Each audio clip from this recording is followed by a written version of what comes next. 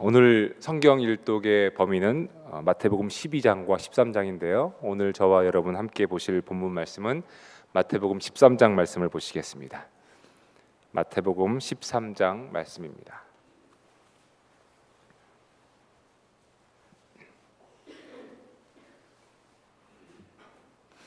저 여러분이 한 절씩 교독하기로 합니다. 마태복음 13장 말씀입니다. 그날 예수께서 집에서 나오셔서 바닷가에 앉으셨다. 많은 무리가 모이더니 들락서 앉으셨다. 무리는 모두 물가에 서 있었다. 예수께서 그들에게 비유로 여러 가지 일을 말씀하셨다. 그는 이렇게 말씀하셨다. 보아라, 씨를 뿌리는 사람이 씨를 뿌리러 나갔다. 그가 씨를 뿌리는데 덜어는 길가에 떨어지니 새들이 와서 그것을 쪼아 먹었다. 또 덜어는 흙이 많지 않은 돌짝밭에 떨어지니 흙이 깊지 않아서 싹은 곧 났지만 해가 뜨자 다 버리고 뿌리가 없어서 말라버렸다. 또 덜어는 가시덤불에 떨어지니 가시덤불이 자라서 그 기운을 막았다. 그러나 덜어는 좋은 땅에 떨어져서 열매를 맺었는데 어떤 것은 100배가 되고 어떤 것은 60배가 되고 어떤 것은 30배가 되었다. 귀 있는 사람은 들어라. 제자들이 다가와서 예수께 말하였다. 어찌하여 그들에게는 비유로 말씀하십니까? 예수께서 그들에게 대답하셨다. 너희에게는 하늘나라의 비밀을 아는 것을 허락해 주셨지만 다른 사람들에게는 그렇게 해주지 않으셨다. 가진 사람은 더 받아서 차고 남을 것이며 가지지 못한 사람은 가진 것마저 빼앗길 것이다. 내가 그들에게 비유로 말하는 이유는 그들이 보아도 보지 못하고 들어도 듣지도 못하고 깨닫지도 못하기 때문이다. 이사야의 예언이 그들에게서 이루어지는 것이다. 너희가 듣기는 들어도 깨닫지 못하고 보기는 보아도 알아보지. 이 백성의 마음이 무디어지고 귀가 먹고 눈이 감기어 있다. 이는 그들로 하여금 눈으로 보지 못하게 하고 귀로 듣지 못하게 하고 마음으로 깨닫지 못하게 하고 돌아서지 못하게 하여 내가 그들을 고쳐주지 않으려는 것이다. 그러나 너희의 눈은 지금 보고 있으니 복이 있으며 너희의 귀는 지금 듣고 있으니 복이 있다. 그러므로 내가 진정으로 너희에게 말한다. 많은 예언자와 의인이 너희가 지금 보고 있는 것을 보고 싶어 하였으나 보지 못하였고 너희가 지금 듣고 있는 것을 듣고 싶어 하였으나 듣지 못하였다. 너는 이제 씨를 뿌리는 사람의 비유가 무슨 뜻인지를 들어라. 누구든지 하늘나라를 두고 하는 말씀을 듣고도 깨닫지 못하면 악한 자가 와서 그 마음에 뿌려진 것을 빼앗아간다. 길가에 뿌린 것은 그런 사람을 두고 하는 말이다. 또 돌짝밭에 씨를 쓰는 이런 사람이다. 그는 말씀을 듣고 곧 기쁘게 받아들이기는 하지만 그 속에 뿌리가 없어서 오래가지 못하고 말씀 때문에 환난이나 박해가 일어나면 곧 걸려 넘어진다. 또 가시덤불 속에 뿌린 씨는 이런 사람이다. 그는 말씀을 듣기는 하지만 세상의 염려와 재물의 유혹이 말씀을 막아 열매를 맺지 못한다. 그런데 좋은 땅에 뿌린 씨는 말씀을 듣고서 깨닫는 사람을 두고 하는 말인데 이 사람이야말로 열매를 맺되 100배 혹은 60배 혹은 30배의 결실을 낸다. 그래서 또 다른 비유를 들어서 그들에게 말씀하셨다.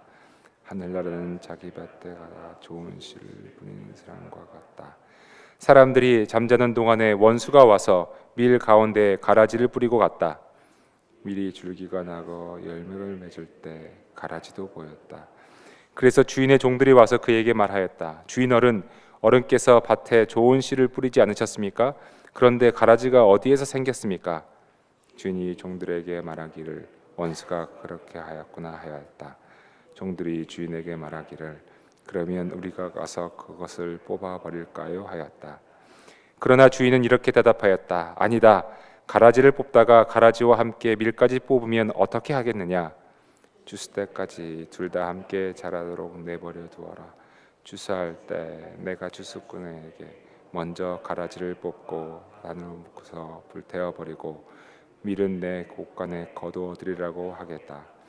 예수께서 또 다른 비유를 들어서 그들에게 말씀하셨다. 하늘나라는 겨자씨와 같다. 어떤 사람이 그것을 가져다가 자기 밭에 심었다. 겨자씨는 어떤 씨보다 더 작은 것이지만 자라면 어떤 풀보다 더 커져서 나무가 된다. 그리하여 공중의 새들이 와서 그 가지에 깃들인다. 예수께서 또 다른 비유를 그들에게 말씀하셨다. 하늘나라는 누룩과 같다. 어떤 여자가 그것을 가져다가 가루 서말 속에 살짝 섞어 넣으니 마침내 온통 부풀어 올랐다. 예수께서 이 모든 것을 비유로 말씀하셨다. 비유가 아니고서는 아무도 그들에게 말씀하지 않으셨다. 이것은 예언자를 시켜서 하신 말씀을 이루시려는 것이었다. 나는 내 입을 열어서 비유로 말할 터인데 창세 이래로 숨겨둔 것을 털어놓을 것이다. 그 뒤에 예수께서 무리를 떠나서 집으로 들어가셨다. 제자들이 그에게 다가와서 말하였다. 밭에 가라지 비유를 우리에게 설명하여 주십시오. 예수께서 말씀하셨다. 좋은 씨를 뿌리는 이는 인자요, 밭은 세상이다. 좋은 씨는 그 나라의 자녀들이요, 가인들은 악한 자의 자녀들이다. 가라지를 뿌리는 원수는 악마요, 추수 때는 세상 끝날이요, 추수꾼은 천사들이다. 가지를 모아다가 불에 태워 버리는 것과 같이 세상 끝날에도 그렇게 할 것이다. 인자가 천사들을 보낼 터인데 그들은 죄짓게 하는 모든 일들과 불법을 행하는 모든 사람들을 자기 나라에서 모조리 끌어 모아다가 불아궁에 쳐넣을 것이다. 그러면 그들은 거기서 울며 이를 갈 것이다. 그때 의인들은 그들의 아버지의 나라에서 해와 같이 빛날 것이다. 귀 있는 사람은 들으라. 하늘나라는 밭에 숨겨놓은 보물과 같다. 사람이 그것을 발견하며 제자리에 숨겨놓고 기뻐하며 집에 들어가서 가진 것을 다 팔아서 그 밭을 산다. 또 하늘나라는 좋은 진주를 구하는 상인과 같다. 그가 값진 진주 하나를 발견하면 가서 가진 것을 다 팔아서 그것을 산다. 또 하늘나라는 바다에 그물을 던져서 온갖 고기를 잡아 올리는 것과 같다. 그물이 가득 차면 해변에 끌어올려 놓고 앉아서 좋은 것들은 그릇에 담고 그것은 내버린다. 세상 끝날에도 이렇게 할 것이다. 천사들이 와서 의인들 사이에서 악한 자들을 가려내서 그들을 불아궁이에 쳐넣을 것이니 거기서 울며 이를 갈 것이다. 예수께서 제자들에게 너희가 이것들을 모두 깨달았느냐 하고 물으시니 그들이 예 하고 대답하였다. 예수께서 그들에게 말씀하셨다. 그러므로 하늘나라를 위하여 훈련을 받은 율법학자는 자기 곳간에서 새 것과 낡은 것을 꺼내는 집주인과 같다. 예수께서 이 비유들을 말씀하신 뒤에 그곳을 떠나셨다. 예수께서 자기 고향에 가셔서 회당에서 사람들을 가르치셨다. 사람들은 놀라서 말하였다. 이 사람이 어디에서 이런 지혜와 그 놀라운 능력을 얻었을까? 이 사람은 목수의 아들이 아닌가? 그의 어머니는 마리아라고 하는 분이 아닌가? 그의 아우들은 야고보와 요셉과 시몬과 유다가 아닌가? 또 그의 누이들은 우리 부모와 같이 살고 있지 않은가? 그런데 이 사람이 이 모든 것을 어디에서 얻었을까? 그래서 그들은 예수를 달갑지 않게 여겼다. 예수께서 그들에게 말씀하셨다. 예언자는 자기 고향과 자기 집 밖에서는 존경을 받지 않는 법이 없다. 예수께서 그들은 그들의 믿음을 많이 하지 않으셨다. 아멘. 오늘 새벽기도에서는 13장만 읽었습니다만 12장과 13장이 오늘의 범위입니다. 마태복음 13장의 말씀은 천국의 비유로 아주 가득 차 있는 말씀입니다.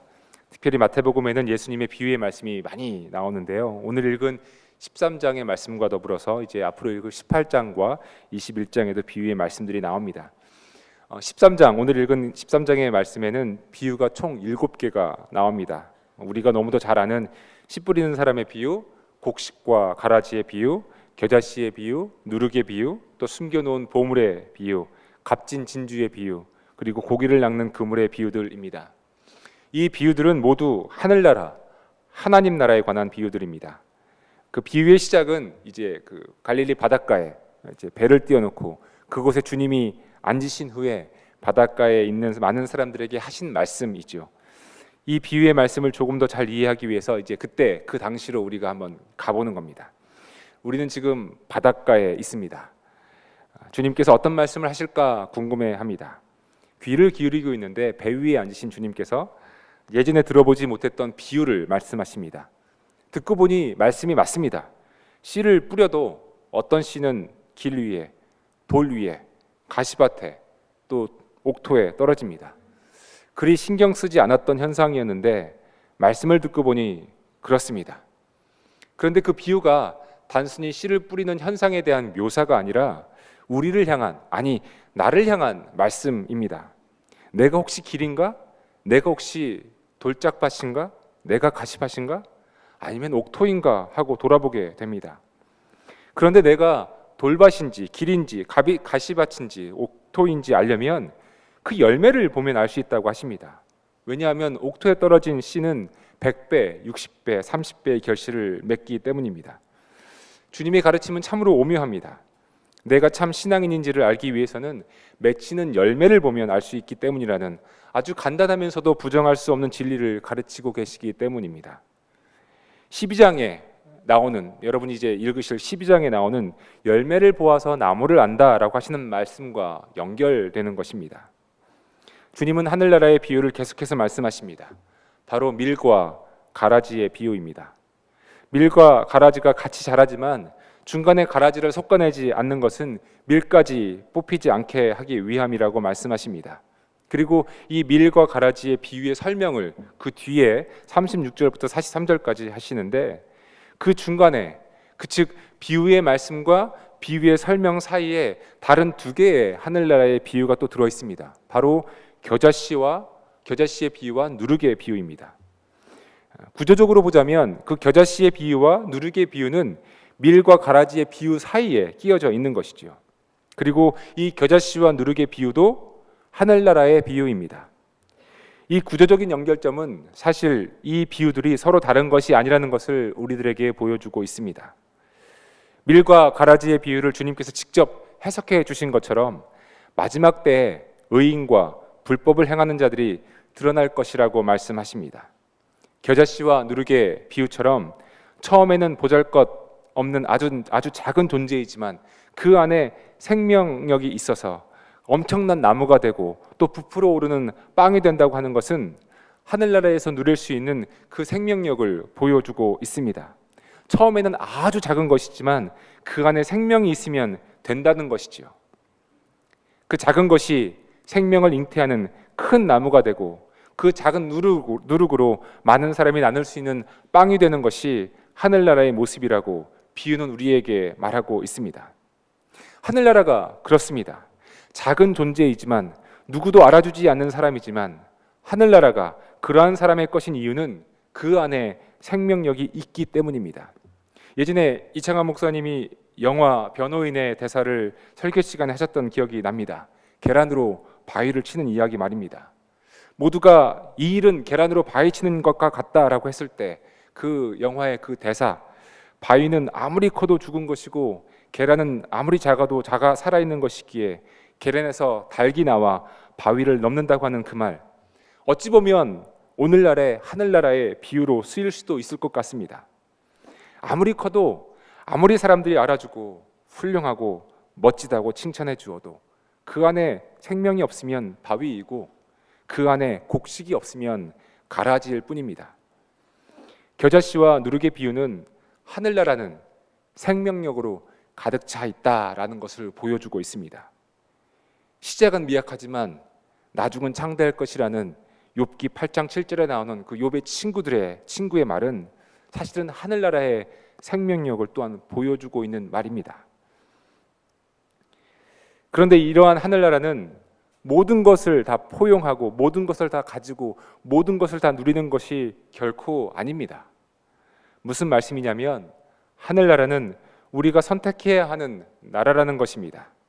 이것도 좋고 저것도 좋은 것이 하늘나라가 아니라는 것입니다. 이 땅에서의 풍요도 좋고 하늘나라에서의 영원한 생명도 좋고가 아니라는 것입니다. 숨겨놓은 보물을 발견하고서 모든 재물을 팔아 그 밭을 사고 좋은 진주를 발견하여 재산을 팔아 그 진주를 사고 그물에 잡힌 고기들을 좋은 것과 나쁜 것으로 나누는 것은 이것도 좋고 저것도 좋고 이것도 가질 수 있고 저것도 가질 수 있는 것이 하늘나라가 아니라는 것을 보여줍니다. 하늘나라는 선택입니다. 하늘을 선택할 것인가 이 땅을 선택할 것인가의 선택이 우리 앞에 있다는 것입니다. 그런데 정말 하늘을 선택한 사람은 이 땅의 것에 매여 살지 않기 때문에 하늘의 기쁨을 누리며 살 수 있습니다. 이것이 천국에 대한 기쁨인 것입니다. 이 땅을 살면서도 기뻐할 수 있는 이유는 이 땅에서 잘 돼서가 아니라 영원한 하늘나라에 대한 소망을 발견했기 때문입니다. 그래서 기뻐할 수 있는 겁니다. 그래서 신앙인들은, 예수 믿는 사람들은, 구원받았다라고 믿는 확신하며 사는 사람들은 이 땅의 것에 흔들리지 않습니다. 하늘의 소망 때문에 우리 삶에는 기쁨이 넘칩니다. 밭에 감추어진 보화, 숨겨진 보물을 찾는 것이 하늘나라를 선택하는 것이라고 말씀드렸습니다. 그런데 그 숨겨진 보물, 감추어진 보화가 과연 무엇일까요? 좋은 진주는 무엇이고 잡은 고기에서 좋은 고기는 어떤 것일까요? 정말 발견하고서 기뻐할 수 있는 그 천국에 감추어진 보화가 무엇일까요? 이 말씀을 놓고 여러분 모두 더 깊이 오늘 하루를 지내시면서 묵상하시길 바랍니다. 정말 나에게 있어서 감추어진 보화, 내가 기쁨으로 여길 수 있는 그 보화가 무엇일까? 저는 하늘나라에 감추어진 보화, 좋은 진주를 오늘 고난으로 묵상하고자 합니다. 누구도 좋아하지 않는 고난, 누구도 피하고 싶은 고난, 그런데 그 고난과 환난은 하늘의 위로와 평안을 누릴 수 있는 전제 조건입니다. 잃은 양이나 잃은 동전을 찾았을 때 그 기쁨은 그것을 잃어보지 못했을 때에는 모르는 기쁨입니다. 하늘나라에 감추어진 보화는 우리가 삶에서 겪는 고난으로 묵상이 됩니다. 그런데 그 고난을 모든 재산을 동원해서라도 사려고 하지 않습니다. 도리어 모든 재산을 들여 그 고난으로부터 도망가려고 합니다. 그 고난이 싫다고 도망가면서 좋은 것만 달라고 합니다. 그러나 하늘나라는 그렇지 않다는 것입니다. 좋은 것을 선택하는 것이 하늘나라라면 그 좋은 것은 우리 눈에 쉽게 보이는 이 세상의 성공이나 부귀, 영화, 명예, 권력이 아니라 보이지 않는 감추어진 것입니다. 그 감추어진 것이 사실은 우리가 피하고 외면하려 했던 우리 인생의 고난과 역경입니다. 누구나 고난과 역경을 반기지는 않지만 고난과 역경은 보배이며 보화입니다. 왜냐하면 그 고난과 역경을 통해 생명이 발견되기 때문입니다. 고난과 역경을 통해 엄청난 반전이 일어나기 때문입니다. 죽음을 통해 부활이라고 하는 생명이 드러나듯이, 병듦을 통해 치유의 능력이 드러나듯이 고난과 역경을 통해 하늘나라의 비밀이 드러나기 때문입니다. 그래서 사실은 마태복음 5장의 말씀, 주님의 산상설교의 첫 구절, 마음이 가난한 자는 복이 있나니 하늘나라가 저의 것이다 하신 말씀은 천국에 감춰진 보화의 비유와 연결됩니다. 왜냐하면 마음이 가난한 자는 인생의 고난이 무엇인지 아는 사람이기 때문입니다. 저는 여러분이 어떠한 고난과 역경을 견디고 계시는지 또 지나고 계시는지 다 알지 못합니다. 아니, 이미 고난과 역경을 지나 하늘나라의 기쁨을 누리고 계시는 분들도 계실 것입니다. 그런 분들이 계시다면 지금 이 땅에서의 고난과 역경을 지나고 있는 교우들을 위해 기도하셔야 할 사역이 남아있음을 아셔야 합니다. 또는 만약 고난과 역경을 지나고 계시다면 생명의 근원 되시는 하나님, 그 고난을 기쁨과 영광으로 바꾸실 하나님을 믿음으로 고난을 천국에 감추어진 보화로 삼으시기를 바랍니다.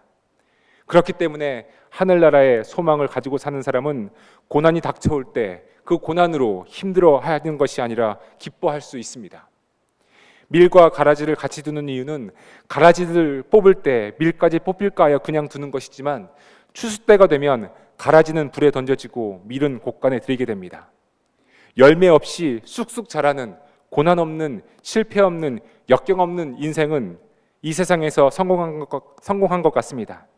하지만 추수 때가 되면 열매 없는 가라지와 같은 인생은 곡간에 들어가지 못합니다.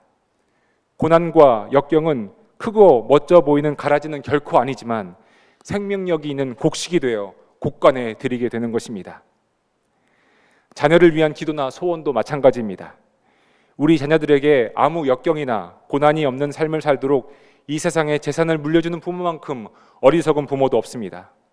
고난과 고뇌, 고민을 경험하지 못한 자녀들은 장성한 후에도 고난을 이기고 튼실한 열매를 맺는 생명력이 없습니다.